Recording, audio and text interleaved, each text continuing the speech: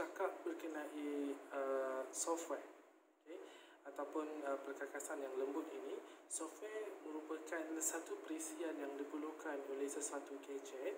Tak kisahlah gadget tersebut merupakan gadget yang digunakan oleh orang perseorangan maupun gadget yang digunakan oleh syarikat-syarikat besar ataupun multinational companies. Okay, so saya minta untuk semua sekali bersama-sama dengan saya sambil mendengar, sambil membuka nota yang telah pun diberikan. Anda semua boleh dapatkan nota dekat dalam Microsoft Teams yang telah pun saya uploadkan ke dalam Microsoft Teams. Right. The first place, what we need to look on the software. So software can be classified into two types. Okay. The first type is system application, and the second one is application software. The system application is actually can also be known ataupun juga dikenali dengan operating system. Okay, so apa itu operating system dan juga application system? Nanti kita akan tengok satu persatu. Right. Yang pertama, sistem software or operating system. Apakah yang dinamakan ataupun macam mana rupa bentuk software, sistem software ataupun operating system? The first one, okay, manage the activities of a computer system and provide utilities to manage creation, deletion, and storage file. Alright, sistem software kita boleh jumpa dalam kita punya phone. If you have your mobile phones is actually having ataupun ada operating system. Okay, seperti yang telah pun anda semua berikan kepada saya ataupun tugasan yang telah pun saya berikan kepada anda semua pada minggu lepas ataupun kelas yang sebelum ini, anda semua dikendaki untuk mencari apakah sistem the top system application system yang ada dekat dalam pasaran dalam masa sekarang ini. As for example, we have iOS, okay, Snapdragon and so on. Okay, so kesemua operating system itu membantu apa yang telah pun saya katakan sebentar tadi, iaitu menguruskan aktiviti komputer dan yang memberi perkhidmatan menguruskan creation, deletion dan juga storage file. Meaning to say, it is like otak kepada kita punya handphone, mobile devices dan juga kita punya computer. Alright, and then what is system software? System software control and provide support to the operation of computer system, control input-output devices and communication links. Okay, so apa yang dilaksanakan ataupun apa yang boleh dibuat oleh this system software ataupun operating system? Dia control and provide. Dia kawal dan juga memberikan support, memberikan sokongan kepada operasi sistem komputer. Okay, dan juga mengawal apa yang masuk, apa yang keluar. Apa yang masuk? Device masuk dan juga device keluar. Whatever we would like to plug into our devices, for example, ataupun for instance, we would like to put our headphone into our devices, right? So the insertion of the jack, the audio jack into our mobile devices has been managed by operating system. Okay, so operating system akan channelkan, right? There will be an output to be delivered. There will be an output need to be handled, need to be serviced, right? And as well as the communication, how our device can communicate. Whatever you type in, whatever you instruct our mobile devices ataupun our devices will also be monitored ataupun be managed by operating system. Okay, so operating system is the heart of the mobile devices is the heart of the devices. Without operating system, we could not run our devices, we could not run our laptop ataupun PC ataupun computer. Okay, so look at the example being given. Example, desktop or personal computers use Microsoft Windows 10 while operating system include Android and iOS, right? And then apa lagi yang ada dekat dalam iOS ni, dalam sistem software ataupun operating system? Android is an open source operating system for mobile devices such as smartphone and tablets computer, while Apple's mobile operating system use iOS for the iPhone, iPad and iPod. System software is software which interacts primarily with the hardware. When the computer is switched on and until it is shut down, users are interacting with the system software.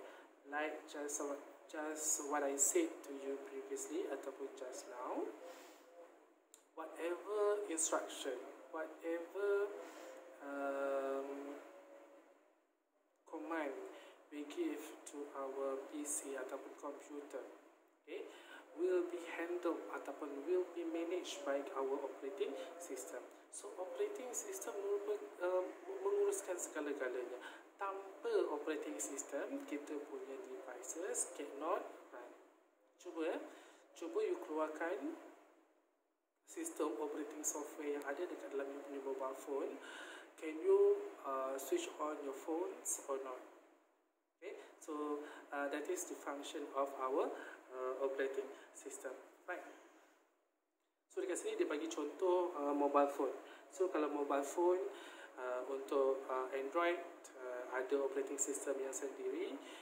Kalau Apple kita pakai iOS. Okay. Right. So if you have any question, please leave a comment below, and I will try to answer your questions on our next meetings. Right. So this would be the example of operating system available in the market. I believe there will be a lot more than what been shown here, shown up there.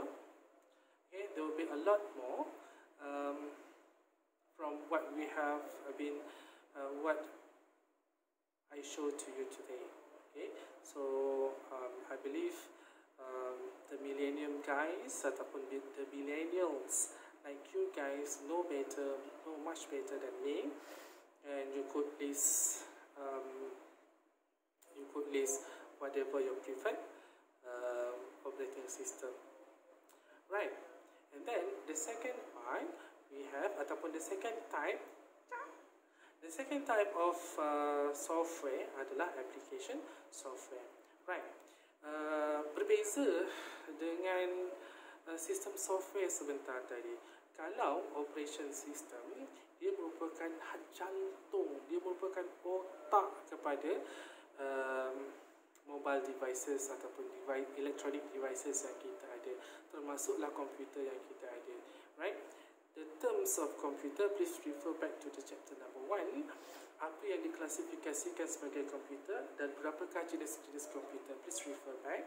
And those computers need an operating system. Berbeza dengan application system. So, application software, it is a program that processing information and produces a particular output. Okay? Dia hanya fokus, application software fokus kepada sesuatu perkara sahaja, ataupun that software is built ataupun is developed for what? It is a program that processing information and produces a particular output. Okay? For example, you are using TikTok for what? For fun, for videos, okay? Ataupun for you to flirt.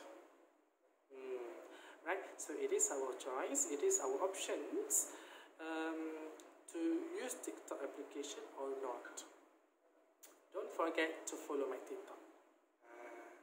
Right. Then it caters to business requirement and transaction processing. Okay.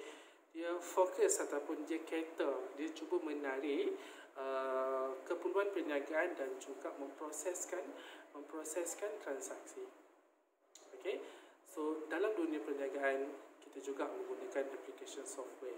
Ada yang kita panggil dia sebagai POS system. Okay. So POS system yang digunakan di kebanyakan syarikat, di kebanyakan company, it is actually to process the transaction. Cuba bayangkan, you pergi ke 7-Eleven, the transaction is humongous. Itu baru 7-Eleven. Belum lagi kita pergi kepada TMG. Okay? So TMG dia punya transaction sangat banyak. So bila terlampau banyak, jika dilaksanakan secara manual, proses tersebut akan mengambil masa yang sangat lama. Okay, so there is the need for application software. So application software is dan juga memudahkan kerja-kerja tersebut. Alright, it also a type of program that receive and process input or raw data from end user and transform them into a report, set of information or complete document. Okay. Dia juga merupakan satu program yang menerima dan juga proses input. Diterima, dia proses input jadi output. Apa contoh dia? Okay.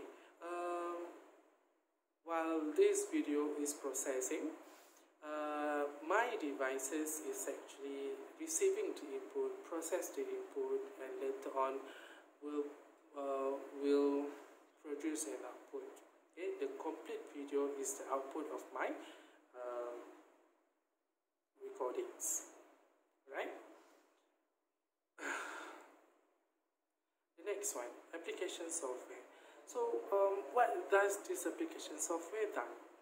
To support many tasks related to personal use, dia juga menyokong tugas-tugas yang berkaitan dengan penggunaan secara peribadi.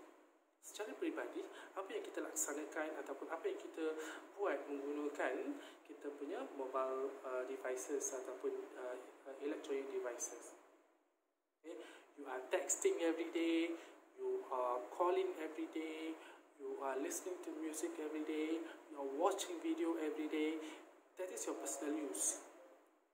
That is for the sake of personal enlightenment ataupun personal expression ataupun personal entertainment.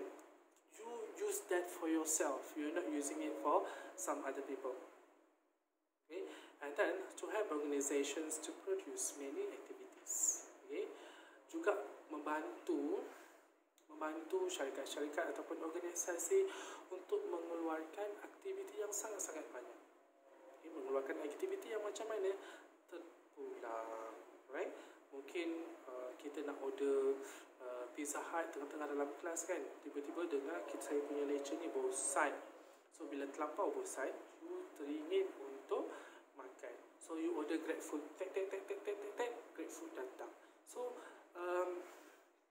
the Grab food company using technology to ease your burden, to meet your expectation, ataupun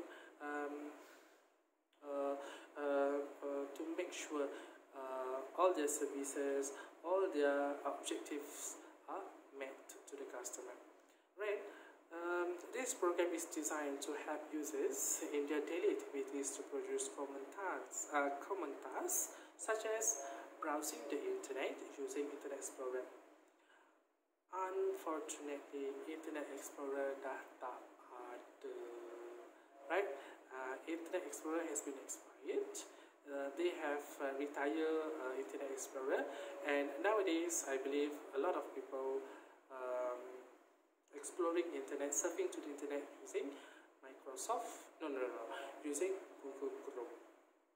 Okay, ataupun you are using Opera, ataupun kalau you menggunakan iPad, you akan guna Safari, right? So it is still we using technologies to surf to the internet. And then writing letters using word processing software such as Microsoft Word or Corel, WordPerfect, Office 8, X8, and so on. And then organizing data using database software like Microsoft Access and Oracle. So semua benda ni adalah apa yang boleh kita lakukan dengan application software. Okay. So application software also can be used to do special tasks and can only be used by specialized user. These tasks include writing programming language to develop the system by programmers using Microsoft Visual Basic. Okay, so kalaulah kita menggunakan Google Chrome, Internet Explorer, Safari untuk kegunaan sendiri ataupun ramai orang boleh pakai. Tapi application software juga direka bentuk untuk orang-orang ataupun untuk mereka yang lebih profesional. Siapa yang profesional? Ini yang kita katakan dia ataupun yang kita maksudkan untuk orang yang spesifik sahaja. Mereka yang faham ataupun tahu menggunakan bahasa teknologi akan menggunakan software Microsoft Visual Basic untuk menulis programming. Okay? Menulis programming. Ataupun performing statistical analysis using Adobe Flash, using SPSS, okay, statistical package for statistic system. Okay, so later on kita still akan menggunakan SPSS because SPSS is a very basic software for us to do statistics. Okay, kalau kita nak buat kajian, kita akan menggunakan SPSS. Bila kita dapat data tersebut akan diproses menggunakan SPSS. Dan juga creating multimedia project using Adobe Flash. Okay, if you are advanced user, you can use Adobe Flash to create multimedia project. And solving and implementing mathematical equation using MATLAB, right? So if you are the mathematics people, you boleh menggunakan MATLAB, right? Dan juga macam-macam lagi lah. So itu antara contoh-contoh yang disebutkan, right? So ini contoh yang diberikan, right? Kita jumpa lagi pada the next one. The next one would be